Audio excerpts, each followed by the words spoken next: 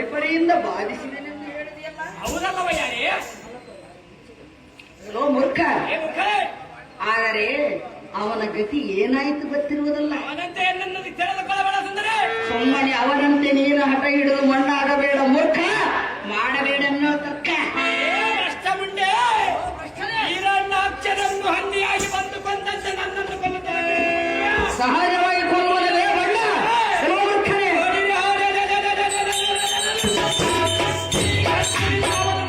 ಕಡಿದು ತುಂಡು ತುಂಡಾಗಿ ಮಾಡಿ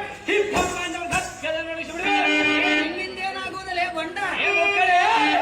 ವೀರಾದಿ ವೀರ ಕಲಿಶೂರ ಈ ಸೃಷ್ಟಿಗಳು ಉದ್ಭವಿಸಿದಂತೆ ತಿಳಿದು ಪ್ರಾಣವನ್ನು ಬಿಟ್ಟು ವೈಕುಂಠಕ್ಕೆ ದಾರಿಯನ್ನು ಹಿಡಿದಂತ ಬಿಟ್ಟು ಬಿಡ.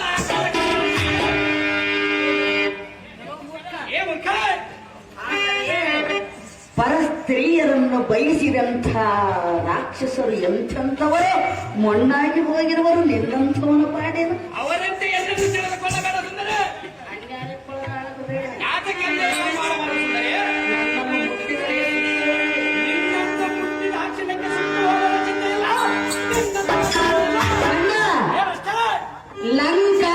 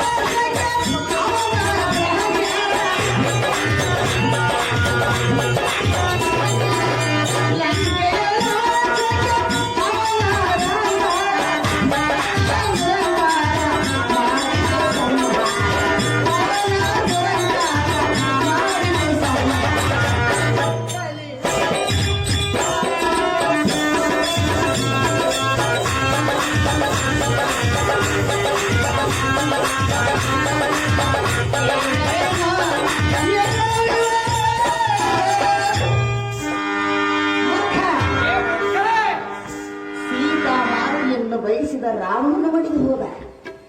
ಗುರುಪತ್ನಿಯನ್ನು ಬಯಸಿದ ಚಂದ್ರನು ಕುಂದಿಗೊಳಗಾದ. ಪರಮ ಪತಿವ್ರತೆಯಾದ ಶೈಲೇಂದ್ರಿಯನ್ನು ಬಯಸಿದ ಕೀಚಕನು ಮಣ್ಣಾಗಿ ಹೋದ. ಅಂದ ಮೇಲೆ ನನ್ನಂಥವಳನ್ನು ಬಯಸಿ ಮಣ್ಣಾಗಬೇಡ.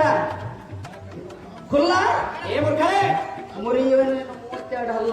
ಏನೇ ಮಹಾಂತನೇ ಪರಸ್ತ್ರೀಯರನ್ನು ಬಯಸುವರಲ್ಲ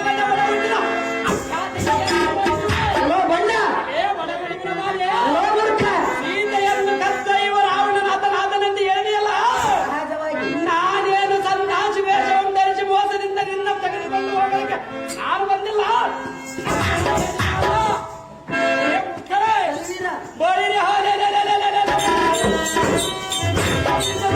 ಎಳೆದುಕೊಂಡ ಇವನು ನಿನಗೆ ಹಟ್ಟ ಬಂದವರು ಈ ಕತ್ತಿಗೆ ದಾರಿಗಳನ್ನು ತೋರು ಮಾಡಿ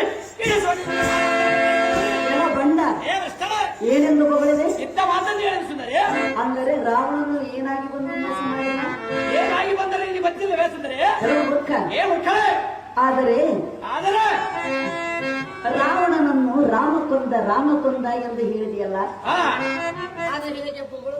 ನೀನೇ ಸುಂದರಿ. ಹೇಗೆ ರಾವಣನ ಮಾಡಿದ ಅದನ್ನು ಹೊಗಳು. ಅದನ್ನು ಹೇಳಿ ಮುಂದಕ್ಕೆ. ರಾವಣನಾಥನಾದನೆಂದು ಹೇಳಿದೆಯಲ್ಲ. ಅದು ನಿಜ. ಅದು ನಿಜವಲ್ಲ ಸುಂದರಿ.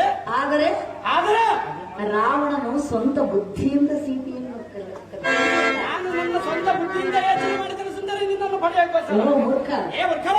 ರಾಮನು ರಾವಣನನ್ನು ಕೊಲ್ಲಬೇಕಾದರೆ ಯಾರಿಂದ ಎಂದು ತಿಳಿದುಕೊಂಡೆ. ಯಾರಿಂದ ಭಯರಿಂದ ಎನ್ನುವುದು ಮಾತ್ರ ಮರೆಯಬೇಡ.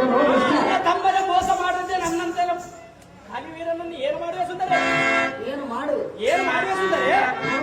ನೋಡಿದ್ದೇನೆ ಸುಂದರಿ. ಆಲೋಚನೆ ಮಾಡು. ನಿನ್ನನ್ನು ಪಡೆದುಕೊಳ್ಳಬೇಕು ಸುಂದರಿ. ಆಗುವುದಿಲ್ಲ.